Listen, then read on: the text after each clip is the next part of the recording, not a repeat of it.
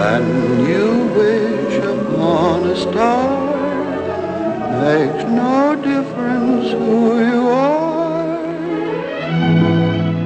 Each week as you enter this timeless land, one of these many worlds will open to you. Frontierland. Tall tales and true from the legendary past. Tomorrowland. Promise of things to come. Adventureland, the wonder world of nature's own realm. Fantasyland, the happiest kingdom of them all. Presenting this week,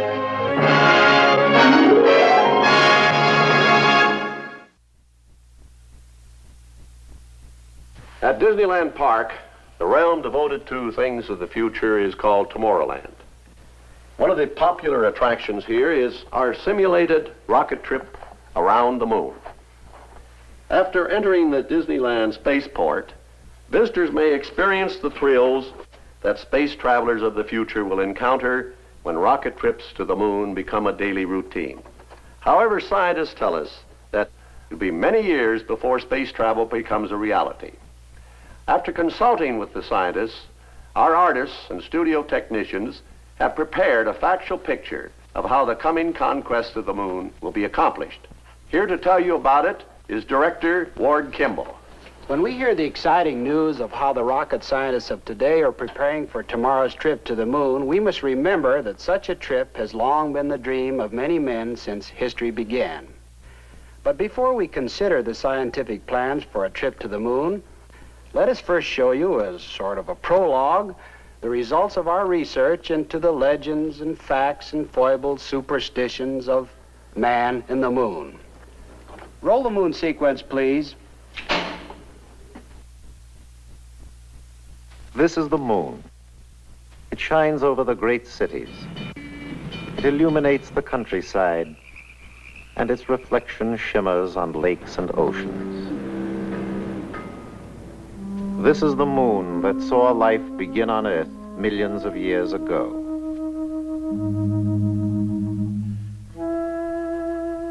As primeval man watched the moon in the night sky, it became to him an object of curiosity. In legend, he tells the story of an old man who, while digging, discovered a small, shiny object. As he held it in his hands, it grew and grew, and finally escaped into the sky to become the moon. To primitive man, the moon was somewhat of a personality.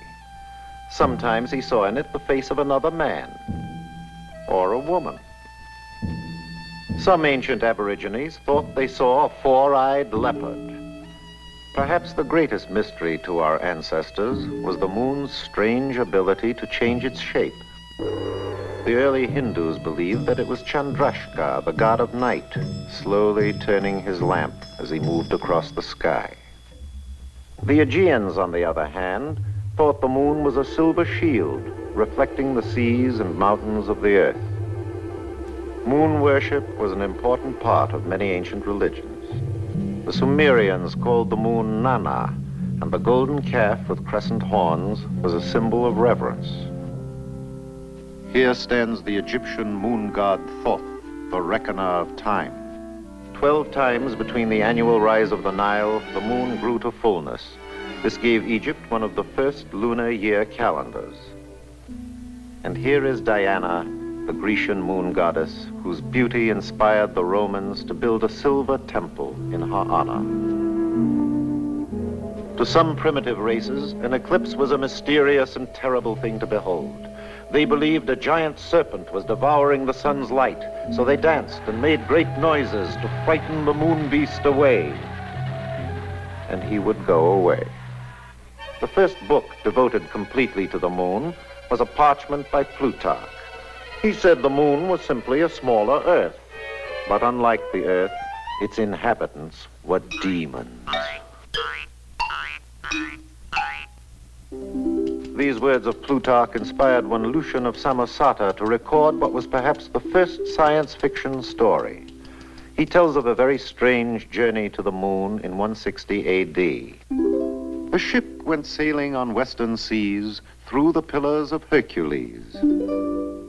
She sailed through a realm as dark as night, pursuing her course of lunar flight. The Moon King held his hand aloft and cried to far and near, "Begone, ye earthling creatures bold. There are no women here." There followed upon the face of the earth a period called the Dark Ages. For centuries, the light of knowledge was extinguished, and only a fleeting mention of the moon was made. Moon. Then there was the great event of 1609. Galileo Galilei built a telescope and made the first close-up observations of the moon. He excitedly announced that he had observed the moon as another world, complete with mountains and seas. When the astronomer-mathematician Johannes Kepler heard of Galileo's startling observations, he immediately set to work on a book about the moon called Somnium, or Sleep. In this very imaginative account, Kepler goes to sleep during an eclipse and is kidnapped by moon demons. Because they cannot bear the light of the sun, they migrate to and from the earth, using the moon's shadow for a bridge.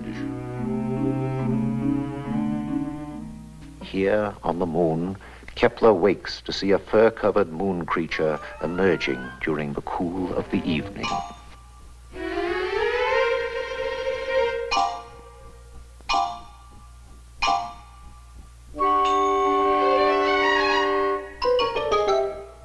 Amazing. Kepler's experience inspired the English bishop Francis Godwin to write a book called The Man in the Moon. His hero is a Spanish gentleman exiled on St. Helena, who escapes by building a contraption that harnesses the efforts of large swan-like birds. He realizes too late that these birds are of a rare type that migrate all the way to the moon. However, the trip is interesting, and he finds that the moon's inhabitants vary in size according to their rank. Their only language is music.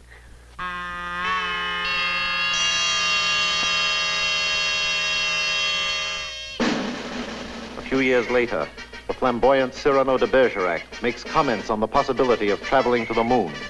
His close friends scoff at the idea. This drives Cyrano to prove his point by writing a unique science fiction moon trip. His own personal device for getting to the moon is a string of bottles containing dew. Anyone knows that as the sun rises, so does the morning dew, and so does Cyrano. His scheme works so well that he has to discard some of the dew bottles for fear of overshooting his mark.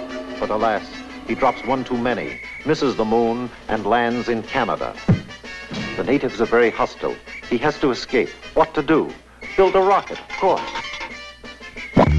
This time, he is more successful. When his fuel supply gives out, the moon's gravity helps him make a triumphant lunar landing.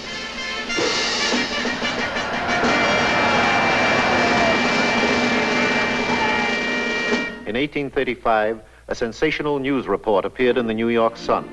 Sir John Herschel, noted astronomer, had discovered life on the moon.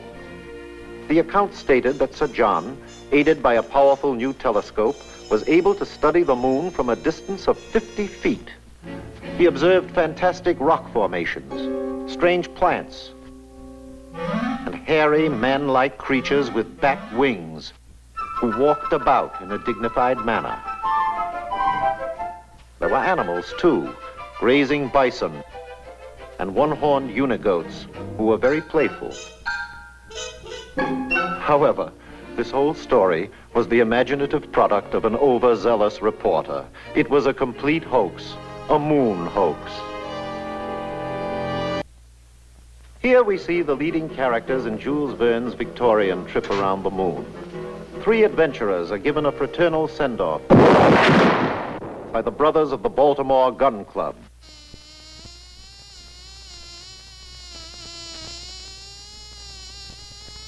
After a very hazardous trip, the daring spacemen are given a hearty reception by the brothers of the Baltimore Gun Club. Frequent reference to the moon is made in great literature. Shakespearean societies have long delighted in such lunar lyrics as Romeo, "Arise, fair sun, and kill the envious moon." Juliet, "Oh, swear not by the moon, the inconstant moon that monthly changes in her circled orb." Othello, "It is the very era of the moon. She comes more nearer earth than she was wont, and makes men mad."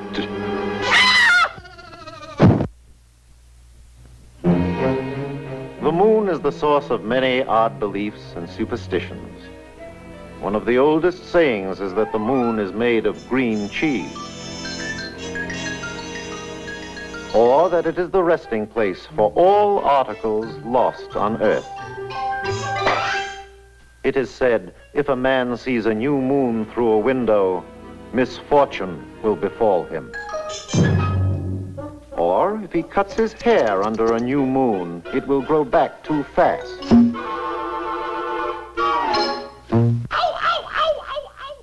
A secret wish made to a new moon will come true. But it is unlucky to see the new moon over the right shoulder. A new moon is the time to begin things. This is a good time to get married, to build a house, and move into it. Caesar once said that the dark of the moon is the best time to start a battle.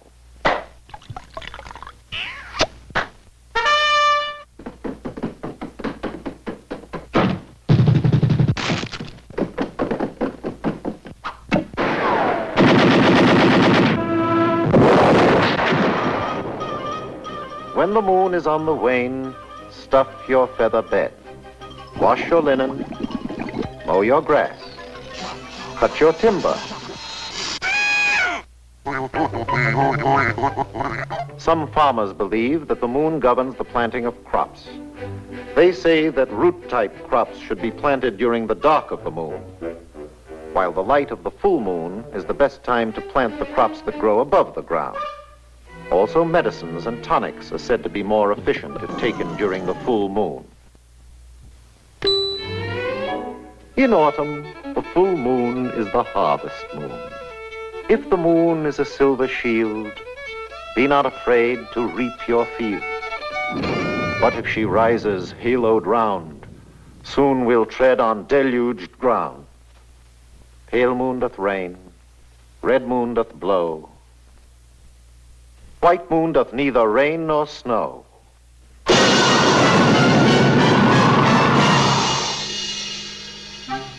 It has been said that money exposed to the dark of the moon will increase as the moon becomes full.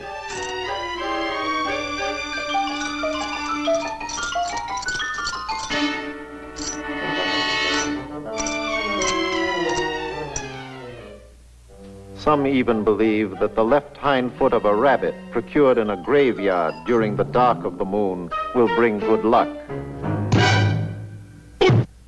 We are warned that sleeping in the lunar light will produce lunacy.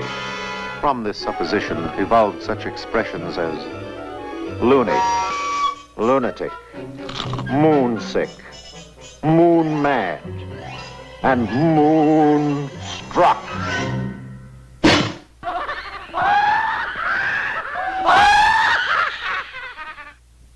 Little children love nursery rhymes, particularly verses about the moon. The man in the moon came down too soon and asked his way to Morridge. He went to the south and burned his mouth to suffering cold peach porridge. Hey, diddle diddle, the cat in the fiddle. The cow jumped over the moon. The little dog laughed to see such sport, and the geese ran away with the squirrel. I see the moon, and the moon sees me. God bless the moon, and God bless me. The moon is the symbol of love and romance. It has long been the inspiration for love songs the world over. It is very simple to write a moon song. First, of course, you must have the moon. preferably in the month of June. Someone to croon, and someone to write the tune. Add the word spoon, some flowers in bloom, and maybe even a honeymoon. Hit it, boys. I see the moon shining down on lovers, spooning in the gloom. I see the moon on a sandy dune by a blue lagoon. All the hollyhocks in bloom fill the air with sweet perfume. Soon, pretty soon, love will bloom and you will croon. I see the moon that shines in June like a macaroon. I see the moon, we will sing it soon, rhyme it all with moon. Soon, spoon, June and moon, there'll always be a honeymoon. Honey, honey, honey, moon, moon, moon. I see the moon that shines in June like a macaroon. I see the moon, we will sing a tune, rhyme it all with moon. Soon, spoon, June and moon, there'll always be a honeymoon. There'll always be a honeymoon. Honey, honey, honeymoon with Daniel Boone. There'll always be a honeymoon.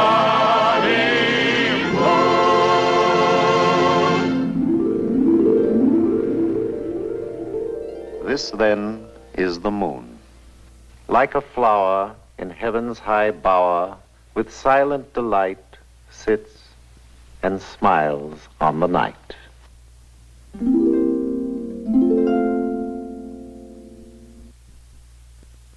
Astronomers tell us that the Earth we live on and the moon we see in the sky are but tiny specks in a tremendous universe that contains billions upon billions of stars and other worlds. Now, one of these tiny little specks, or stars, is our own sun. And circling around the sun is a system of 9 major planets. Except for Mercury and Venus, all of the planets have 1 or more moons. The giant Jupiter has 12, Saturn 9, Mars 2, and of course our Earth only 1. How the Earth and moon came to be is a mystery. Astronomers speculate that about 4 billion years ago, our own universe was once a tremendous swirling cloud of cosmic gases and dust.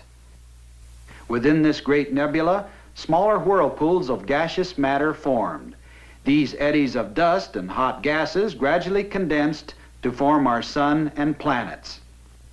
It is believed that at this early stage, the Earth and moon evolved, with the moon finally cooling to become a small, barren satellite 2,000 miles in diameter and circling the Earth once a month at a distance of 240,000 miles. Because the sun lights only half of the circling moon, the moon seems to gradually change shape during its monthly trip around the Earth. When the moon moves between the Earth and the sun, we see nothing but the dark shadow side. This is called the new moon. Each night, as the moon progresses along its circular path, we see slightly more of the lighted half. When it reaches a point on the opposite side of the Earth from the sun, it appears to us as a full moon. Then, as the moon continues its journey, we begin to see less and less of the illuminated half until finally it completes its monthly trip and becomes a new moon once again. Sometimes the circular path of the moon carries it through the shadow of the Earth, and we observe the weird effect known as an eclipse of the moon. On other rare occasions, during daylight hours, the invisible moon passes squarely between the Earth and the sun, and we are treated to the spectacle of a solar eclipse. Evidence of the moon's influence on our daily lives is here demonstrated. The gravitational pull the moon exerts on the oceans of our Earth causes daily high and low tides around the world. These various movements of our moon through the sky have been observed and predicted for centuries. Today, with the help of modern telescopes and cameras, we are able to get a close-up view of the very unusual details on the moon's surface. The prominent dark areas we see even without a telescope are large, flat plains surrounded by mountain ranges and craters. Some of the rugged mountain peaks rise straight up to 35,000 feet. And the craters range in size from small potholes to giant openings measuring 146 miles across. Scientists attribute the moon's rather rough surface to either volcanic action or to explosive hits by meteorites when the moon was in a molten stage. We've never seen the other side of the moon, but experts agree that it probably looks much like the side which always faces us. The moon is a dead world without atmosphere, a silent, unchanging desert where temperatures drop to 250 degrees below zero on the shadow side and boil at over 200 degrees in the direct light of the sun. But uninviting as it seems to be, man's restless search for knowledge of the universe will certainly make the moon one of his first objectives in the exploration of space. Here to reveal a plan for a trip around the moon is the chief of the guided missile development at the United States Army's Redstone Arsenal, Dr. Wernher von Braun. A voyage around the moon must be made in two phases. A rocket ship taking off from the Earth's surface will use almost all the fuel it can carry just to attain a speed great enough to balance the pull of gravity. Unpowered, it will then keep circling the Earth in an orbit outside of the atmosphere. This is the first phase. However, if we can refuel the ship in this orbit with fuel brought up by cargo rocket ships, it can set out on the second phase, the trip around the moon and back. To facilitate this refueling operation, we will establish an advanced base in the orbit, 1,000 miles above the Earth. This advanced base, or space station, will be headquarters for the final ascent to the moon. Our space satellite will have the shape of a wheel, measuring 200 feet across. Its outside rim will contain living and working quarters for a crew of 50 men. Just below the radio and radar antenna is the atomic reactor. Its heat will be used to drive a turbo generator, which supplies the station with electricity. Access to the station will be through an airlock in the hub. The three large spokes are elevator shafts, and the small pipes are used as condensers for the turbo generator and the air conditioning plant. The entire wheel will slowly rotate at 3 revolutions per minute. The resulting centrifugal force will produce an artificial gravity for the men in the rim. Notice that the floors are placed so that the men stand with their heads toward the hub. The wheel is divided into 9 sections. The first section is headquarters and communications. The next section will be for Earth weather observation and prediction. Military reconnaissance experts, aided by powerful optical and radar telescopes, will observe every point on the globe as the space station makes its complete trip around the Earth every 2 hours. Next is the emergency hospital section. And then the astronomy division, where men will keep an eye on the rocket ship as it makes its trip around the moon. The rest of the space station will house calculating machines, maintenance facilities, air conditioning equipment, living quarters, and even a botanical and zoological laboratory. This entire space station will have to be prefabricated and tested on the ground. After dismantling, it will be transported in pieces up to the orbit. For the difficult job of reassembling the structure, we have provided a new type of spacesuit. Using gyros and 2 small rocket motors, the operator can tilt and move in any direction. Located outside will be 7 remotely controlled mechanical arms, each a specialized tool. By rotating himself within the spacesuit, the operator can use any of the arms for the variety of tasks in assembling the space station. When the day arrives for construction to begin, the thousands of parts for the space station will be transported to the orbit by our multi-stage rockets. We merely replace the winged passenger section with a simple cargo-carrying nose. These cargo ships will be unmanned. A passenger rocket, 1,075 miles above the Earth, will guide each of the 12 approaching cargo rockets to their rendezvous in the orbit. This ship, which circles the Earth every 2 hours, will be the command post until after the space station is finished. On the ground, the first of the cargo rockets is ready for takeoff. When the guide ship reaches the correct position in the orbit, the cargo rocket is fired.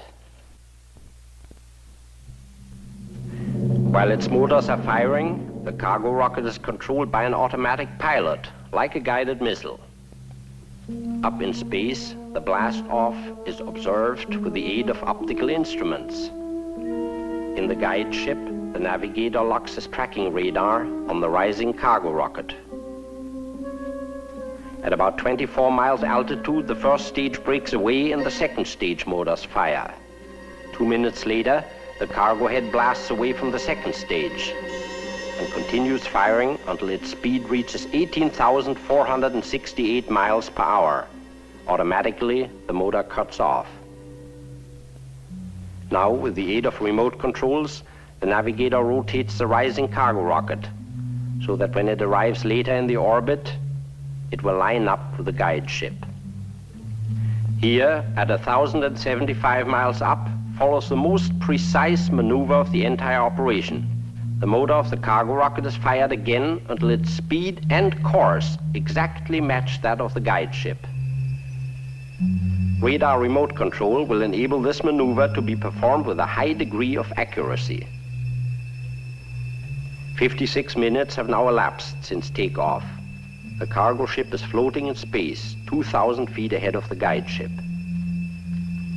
2 crew members make their way to the cargo head to begin the unloading operation. First, the motor and tanks are detached. Then 2 bottle-type construction suits are removed from the hull. When fitted in the airlock, each of these construction suits will receive an operator.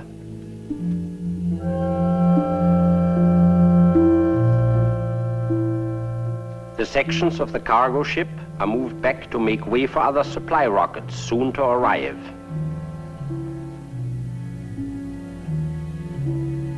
Construction of the space wheel now begins. The sides of the cargo nose are mechanically separated. Built-in tanks of compressed air inflate this large plastic inner section of the hub. Thin metal plates are immediately clamped on the outside to protect it from meteors. The first workday in space draws to a close. Every 24 hours, another cargo rocket will arrive in the orbit. When the airlock is attached, the pressurized hub section can be used as temporary quarters for eating and sleeping. Each succeeding load is carefully scheduled so that the parts of the station can be assembled in correct order. Nylon ropes prevent the parts from slowly drifting away. Next, the atomic reactor is installed. The wheel begins to take shape now as the 3 main spokes and rim sections are joined together. Condenser pipes are fitted next, so that the atomic reactor may be put in operation. Even though there's no apparent motion, everything in the orbit is hurtling around the Earth at 16,000 miles per hour. The shell of the station is completed. Now comes the delicate task of installing instruments and the multitude of equipment inside. Finally, 2 small rocket motors on the rim, blasting for a few seconds, will set the wheel in permanent motion to revolve 3 times a minute. As life on the station settles down to routine, the large reflecting telescopes will begin their work. These giant eyes relay pictures to television screens inside the station. One telescope photographs the surface of the Earth. Another keeps a constant watch on the Earth's weather, while the third is trained on our next objective, the moon.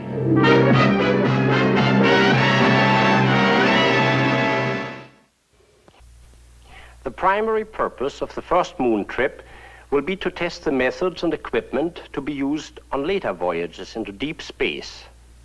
It will be essentially a scouting trip around the moon, and no landing will be attempted. To understand the plan of the trip, let us use this model.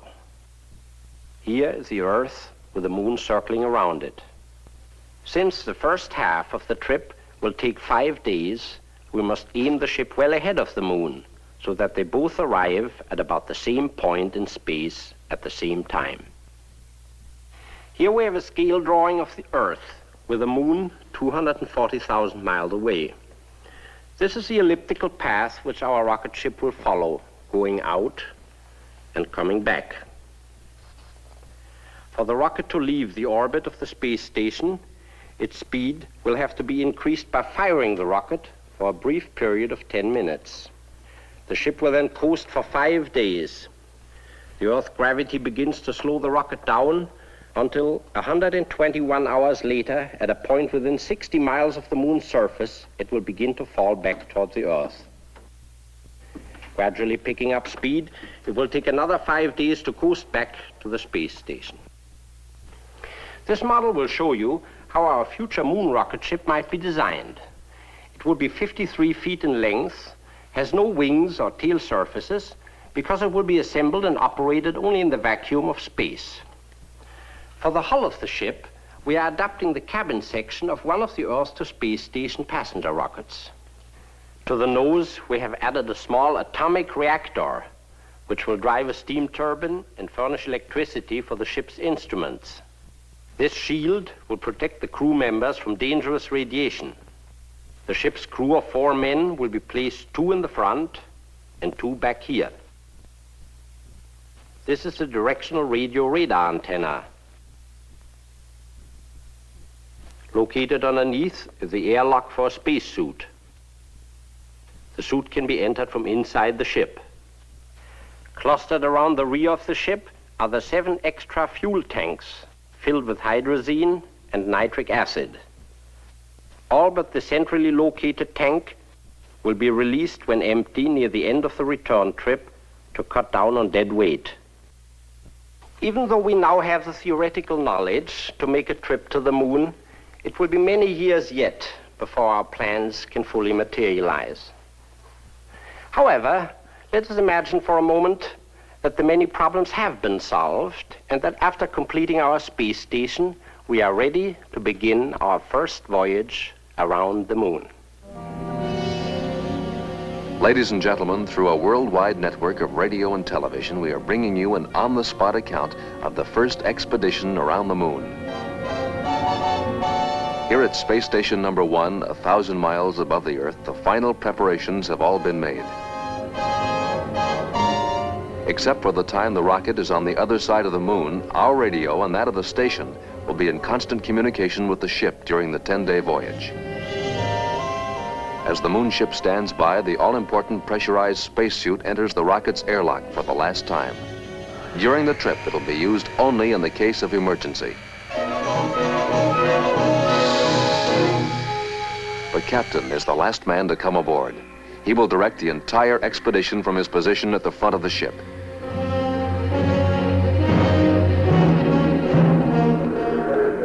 The navigator with his specialized instruments is responsible for plotting the unmarked path through space. The radio operator must maintain constant communication with the Earth and the space station. Finally, the rocket ship's motor and other mechanical functions will be the responsibility of the engineer. After final instrument check, the ship's crew lock themselves in position for the blastoff. Now, only minutes remain until firing time.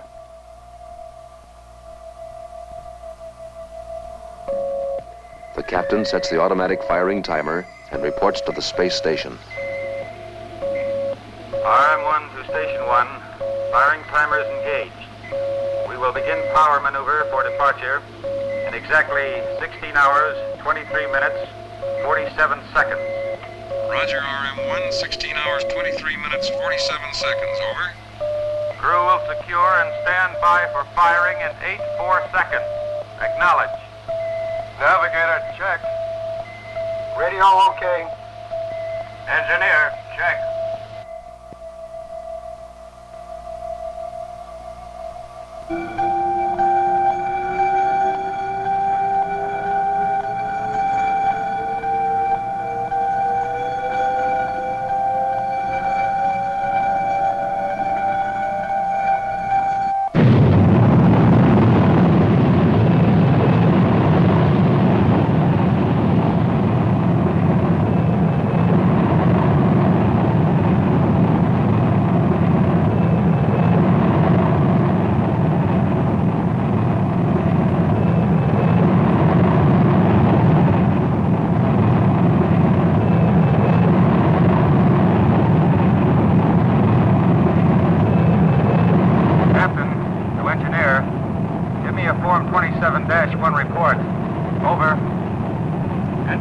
Captain.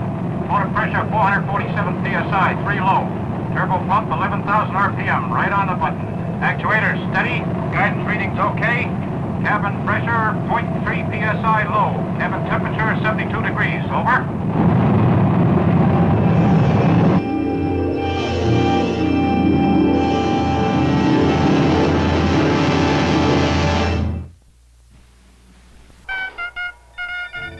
This is Station 1 calling RM1. Our radar telescopes have charted your firing time and course. Give us a voice report for instrument error check. Over. Well, we're on our way. Joe, how about another report? Our firing time was 10 minutes, 0.35 seconds. Cutoff velocity, 21,888 miles per hour. Cutoff altitude, 1,765.2 miles. 1.6 low. Okay. Now let's double check that star tracker with an optical and radar fix. Right.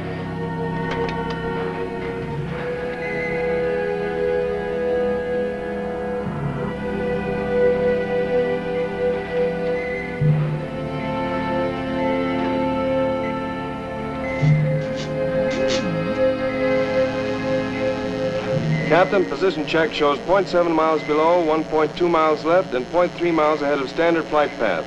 We have only a 0.03% error in azimuth reading. Sounds good. Bill, let's transmit all your tape reports to the station.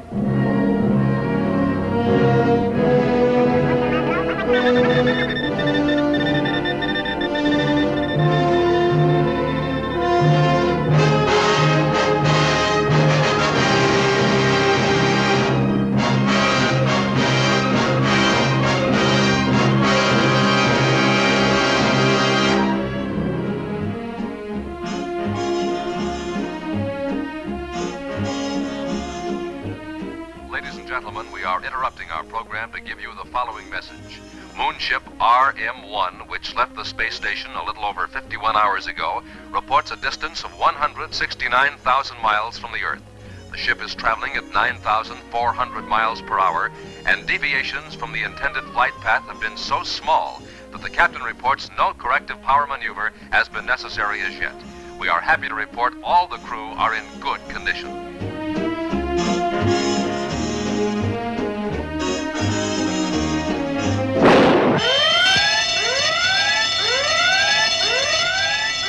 Check the console, Joe. Try to pick it up.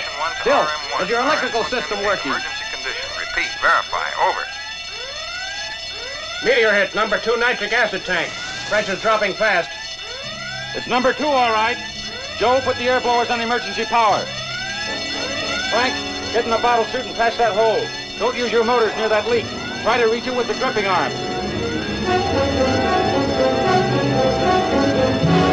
Station 1 to RM1. Station 1 to RM1. Our instruments indicate emergency condition. Verify. Repeat. Verify. Over. RM1 calling Station 1. This is Station 1. Go ahead. At 51 hours, 22 minutes elapsed flight time, registered hit by a small meteor. Puncture between Station 51 and 52, upper bulkhead of nitric acid tank number 2. Repairs are underway.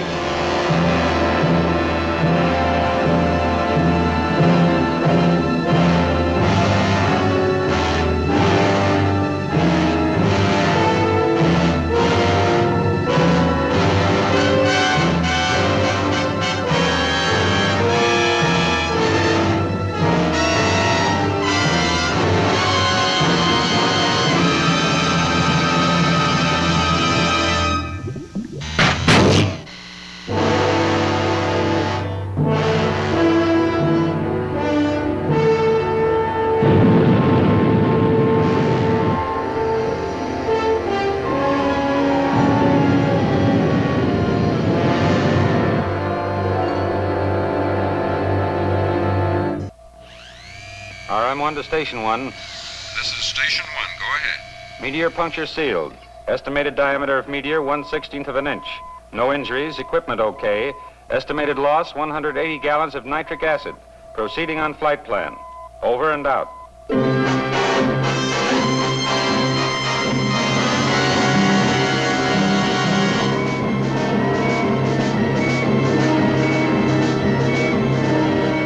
Station 1, this is RM1. At 110 hours, we are beginning measurements at rim of the moon for accurate position fixes. We are now picking up the unknown side of the moon. Bill, give me an altitude reading.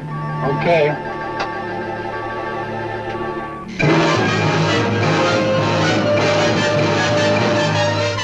Radio altimeter reads 22,886 miles from the moon's surface. Oh, we're moving in fast.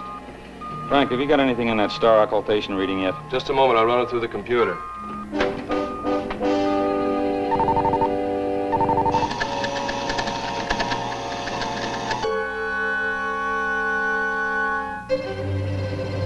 Captain, we're approaching the moon on ellipse 29.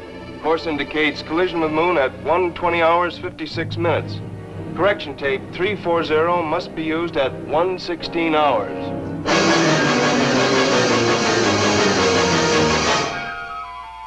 As the 116th hour approaches, the navigator must act quickly to avoid a collision with the moon.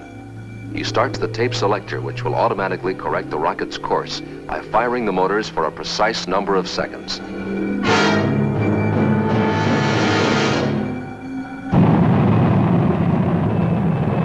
RM1 to Station 1. At 116 hours, conducting power maneuver on correction tape 340. Out.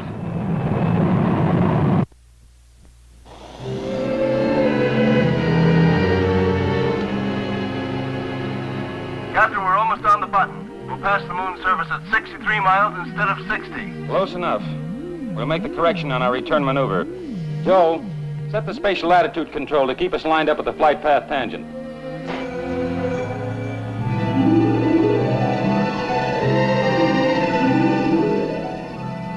Stand by for observation schedule 17. Station 1 to RM1. We acknowledge observation schedule 17. Checklist as follows. Green filter 93-B on electronic camera on upper astrodome. Use magnetic color tape on station 3, lower astrodome. Run 180-degree graph through contour mapper. Over. The next few hours will constitute the most important phase of the trip. The moon is sweeping past the ship at great speed, and in the brief span of about 3 hours, all close-up observations of its unknown surface must be completed.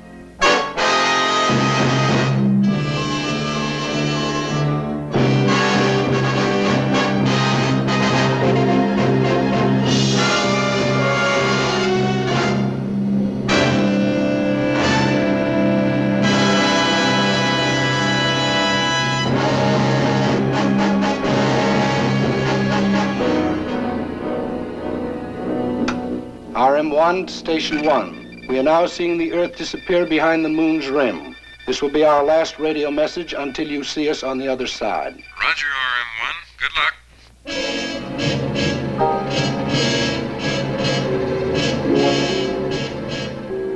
I see what looks like a tremendous crater ahead. Bill, what does the contour mapper indicate? Depth of crater is beyond range of contour mapper.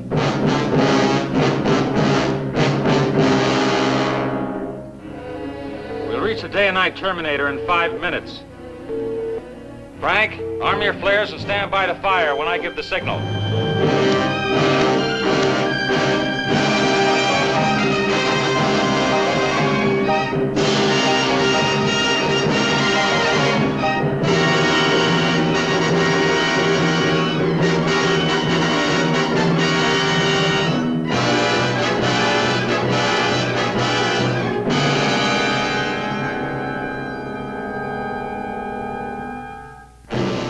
Okay, Frank.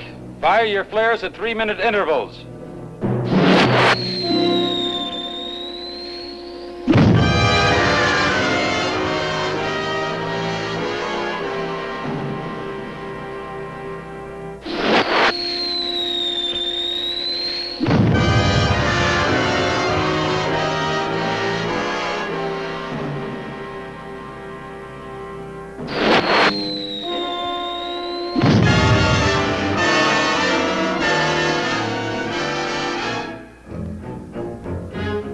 Captain, I'm getting a high Geiger count at 33 degrees. My scintillation counter indicates a high degree of radioactivity on the same bearing. Contour mapper shows a very unusual formation at about 15 degrees southern latitude and meridian 210. Get some flares in that area, quick.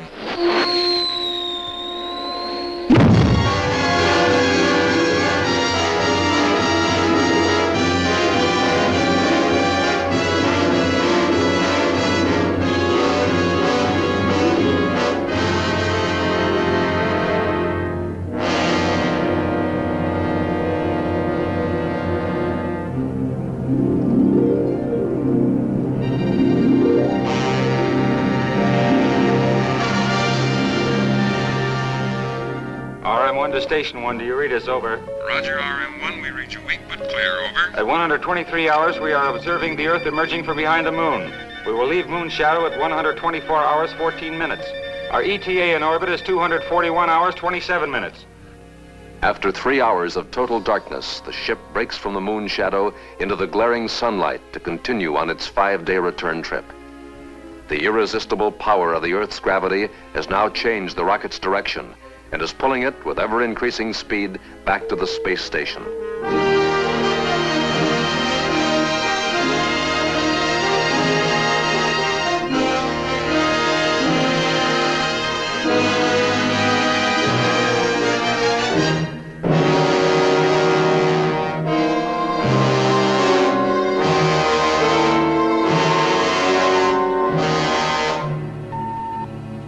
Frank, start the gyro attitude control for the braking maneuver and give me a time set for firing. Check. At 240 hours, preparations are being made to enter the orbit of the space station. The ship's direction is reversed so that the subsequent firing will slow the rocket's speed and jettison the empty fuel tanks. Okay for firing. Guidance tape 264 inserted. Set firing timer for 241 hours, 49 minutes, 11 seconds. Okay. Joe, set the tank release and report.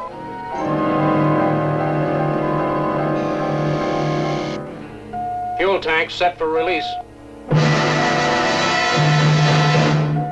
Firing timer set.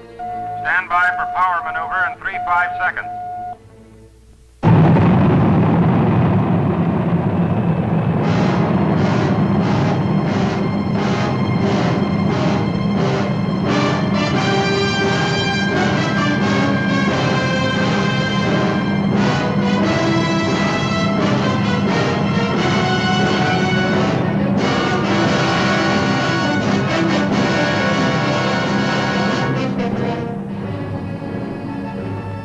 Ladies and gentlemen, you have just witnessed the first successful voyage into interplanetary space.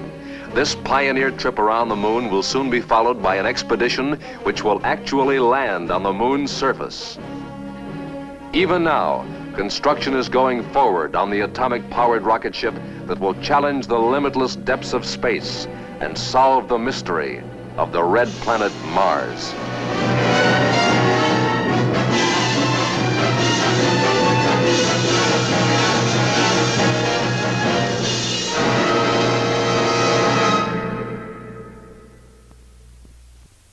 Next week, our show will come to you from Fantasyland, when we will present our version of Charles Major's romantic novel, When Knighthood Was in Flower. Here now are a few highlights from that show. Next week, from Fantasyland, Walt Disney invites you to witness the supreme spectacle of a fabulous era burst into life. It's an authentic chapter from the adventure-filled annals of history, When Knighthood Was in Flower, starring Glynis Johns as the beautiful Mary Tudor, and Richard Todd as Charles Brandon, a soldier of fortune.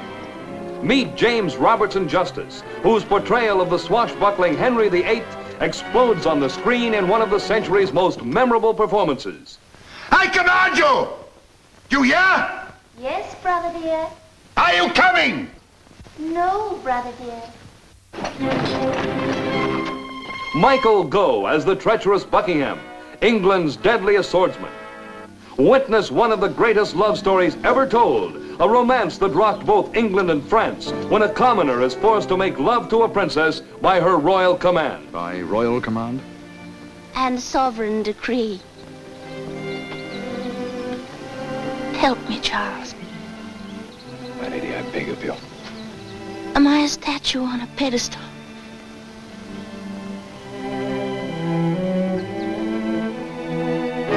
Zoom back through centuries of time to see a rough and ready wrestling match between Charles Brandon and the Duke of Buckingham.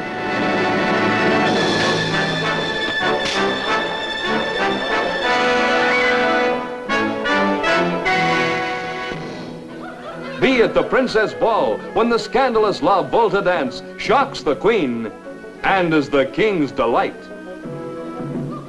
See Henry VIII in the role of huckster and haggler as he craftily tries to sell his sister to the King of France, How much English gold does he want to sweeten the bargain?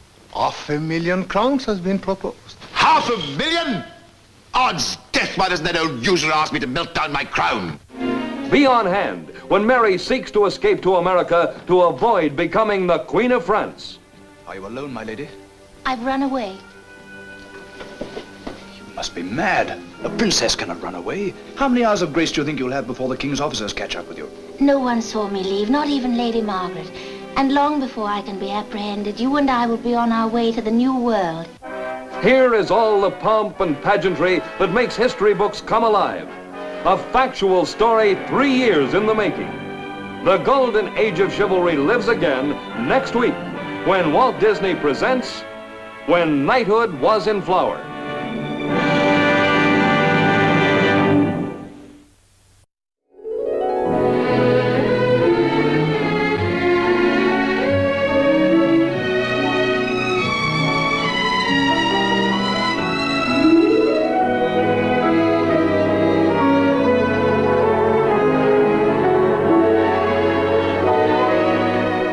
A new motion picture of rare enchantment will soon be showing in your favorite theater. It is Walt Disney's The Littlest Outlaw. It's a story of courage, of adventure, a story of unusual charm. It's Walt Disney's The Littlest Outlaw. Feature length, Technicolor, soon.